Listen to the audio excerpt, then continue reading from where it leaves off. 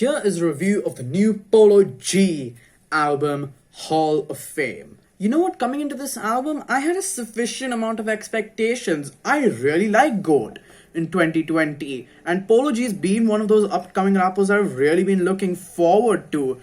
The singles as well coming into this album are really good, and even in the context of the album, they're still very good. And particularly his verse on Patience with KSI, it made me think, hey, he's maybe experimenting with his flow a bit in his future projects. Maybe he's gonna go a little more with his beats.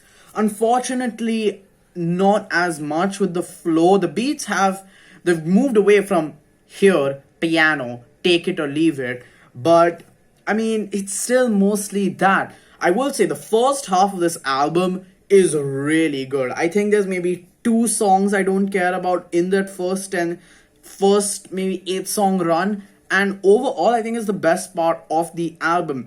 The real problems arise when Polo G starts to work with other artists and it doesn't really work all the time. I don't like Young Thug's verse. He gets carried by G Herbo and immediately getting carried by Rod Wave.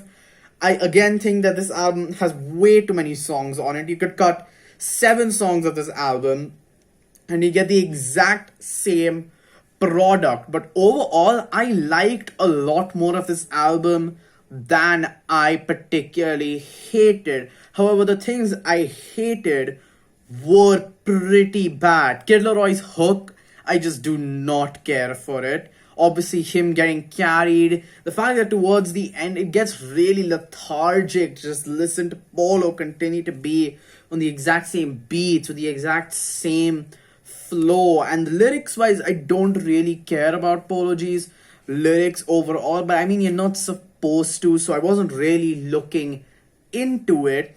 But overall, I'm feeling like a 5.7.